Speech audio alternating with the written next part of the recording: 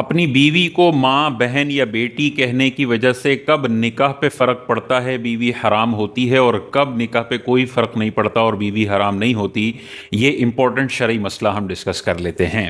سب سے پہلی چیز یہ ہے کہ اگر کوئی شوہر اپنی بیوی کو ماں کہتا ہے، بہن کہتا ہے، بیٹی کہتا ہے، تو اس سے نکاح پہ کوئی فرق نہیں پڑتا، لیکن اس بندے کا اپنی بیوی کو ماں کہنا، بیٹی کہنا، بہن کہنا، یہ مکروہ اور گناہ ہے، ناجائز ہے۔ جب جب یہ اپنی بیوی کو ماں کہے گا، بہن کہے گا، بیٹی کہے گا، یہ گناہ گار ہوگا۔ لیکن ماں، بہن، بیٹی بولنے سے بیوی اس کی ماں نہیں بنے گی، نہ بیوی بنے گی، نہ بیٹی بنے گی، اور نہ اس کے نکاح پر کوئی فرق پڑے گا۔ لیکن اگر وہ یہ والا جملہ کہہ دیتا ہے، تو مجھ پر میری ماں کی مثل ہے، یا تو میرے لیے میری ماں جیسی ہے، میری بہن جیسی ہے، میری بیٹی جیسی ہے، میری ماں کی مثل ہے، اس طرح مثل والے یا جیسی والے الفاظ بول دیتا ہے، تو پھر اس کی 4 صورتیں علماء کرام نے لکھی ہیں۔ سب سے پہلی صورت یہ ہے کہ اس شوہر سے پوچھا جائے گا کہ یہ جو جملہ تم نے بولا ہے، یہ کیوں بولا ہے، اس کے پیچھے تمہاری نیت کیا ہے؟ اگر وہ کہتا ہے کہ میں نے تعظیم کی نیت سے بولا ہے، کہ جیسے میں اپنی ماں کی تعظیم کرتا ہوں، اے بیگم میں تمہاری بھی ویسی ہی تعظیم کرتا ہوں، تو پھر نکاح پہ کوئی فرق نہیں پڑے گا، کیونکہ یہاں پر نہ اس کی طلاق دینے کی نیت ہے اس جملے سے، اور نہ بیوی کو اپنے اوپر حرام کرنے کی نیت ہے۔ اس جملے سے کوئی فرق نہیں پڑے گا، نکاح قائم رہے گا۔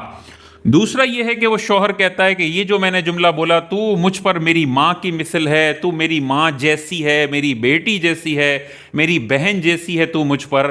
اور اس سے میں نے طلاق کی نیت کی ہے، تو طلاق بائن پڑے گی، فوراً نکاح ختم ہو جائے گا، اور اب عدت کے دوران بھی اگر یہ رجوع کرنا چاہے تو یک طرفہ رجوع نہیں ہوگا۔ ایک طلاق پڑ چکی ہے، اب ان دونوں کو نیا نکاح کرنا پڑے گا اور دوبارہ یہ ساتھ رہ سکتے ہیں۔ ایک طلاق ہو چکی ہے اور اب شوہر کو 2 طلاقوں کا اختیار ہوگا۔ لیکن شوہر کہتا ہے تعظیم کی بھی نیت نہیں تھی، طلاق کی بھی نیت نہیں تھی، میری یہ جملہ بولنے سے زہار کی نیت تھی، جس کا واضح طور پر قرآن میں بیان موجود ہے۔ زہار کے کفارے کا ڈسکشن قرآن میں موجود ہے، احادیث اس پر موجود ہیں۔ اگر وہ زہار کی نیت سے یہ جملہ کہتا ہے کہ تو میری ماں جیسی ہے، تو مجھ پر میری بیٹی کی مثل ہے، میری بہن کی مثل ہے، اور زہار کی نیت کرتا ہے، تو زہار نافذ ہو جائے گا۔ لیکن اس کا حکم کیا ہے وہ ابھی ہم ڈسکس کرتے ہیں، پہلے ہم 4 صورتیں پڑھ لیتے ہیں۔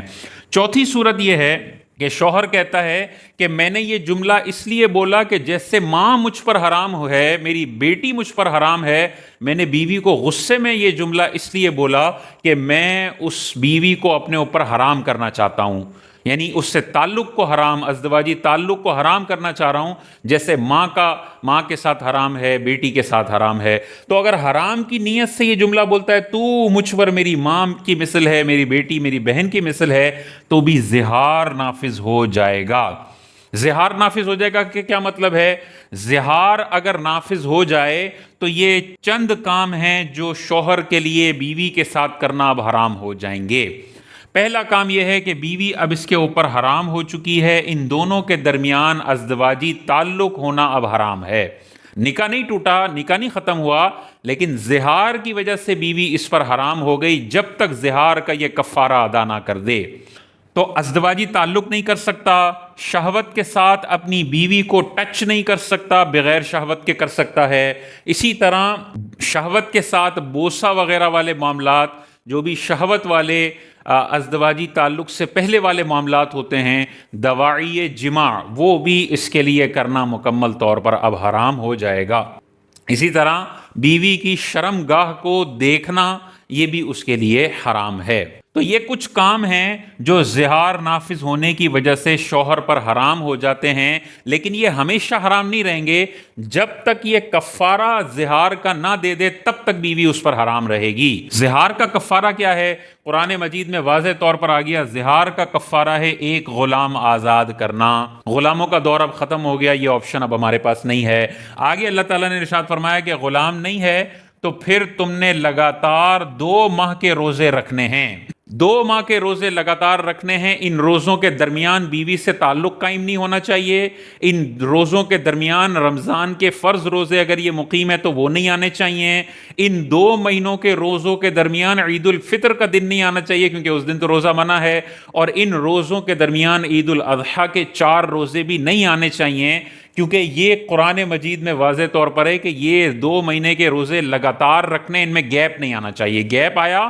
تو زیرو سے شروع کرنا پڑے گا، اور درمیان میں ازدواجی تعلق قائم کر لیا تب بھی زیرو سے یہ روزے شروع کرنے پڑیں گے۔ تو یہ اتنا خطرناک جملہ ہے کہ بندے کو بیوی حلال کرنے کے لیے 60 روزے لگاتار رکھنے پڑیں گے جن میں کوئی ممنوع روزہ نہ آئے۔ چاند کی پہلی تاریخ سے اگر یہ روزے رکھنا شروع کر رہا ہے تو پھر 2 مہینے کے لگاتار روزے رکھ لے، دونوں 29 کے چاند ہوں تب بھی کوئی مسئلہ نہیں ہے، اور درمیان کی کسی اسلامی ڈیٹ سے روزے رکھنے کا آغاز کر رہا ہے تو پھر پورے 60 کی گنتی اس کو پوری کرنی پڑے گی، پھر بیوی حلال ہوگی۔ اگر اتنا بوڑھا ہو گیا ہے کہ روزے رکھنے کی طاقت نہیں ہے، رمضان کے بھی روزے نہیں رکھ پاتا ہے، فرض روزے، اتنا بوڑھا ہو گیا ہے، کوئی ایسی بیماری ہے کہ روزے رکھ ہی نہیں سکتا ہے، تو پھر اس کے لیے تیسرا آپشن یہ ہے کہ وہ 60 مسکینوں کو 2 وقت کا کھانا کھلائے گا۔ ایک ہی دن میں 60 کو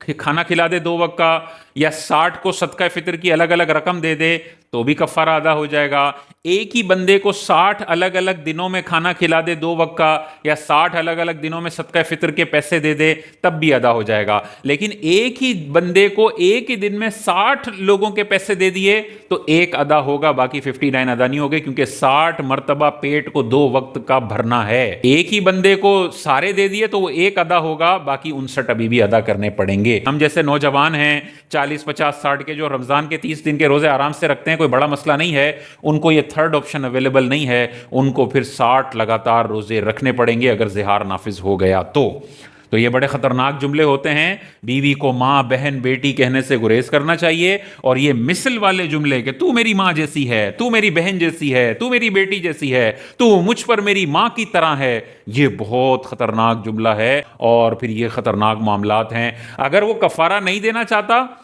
تو نہ دے کفارہ، ساری زندگی بیوی حرام رہے گی، لیکن بیوی کی حق تلفی ہوگی۔ بیوی کو یا تو قاضی کو وہ کہے گی، قاضی اس پہ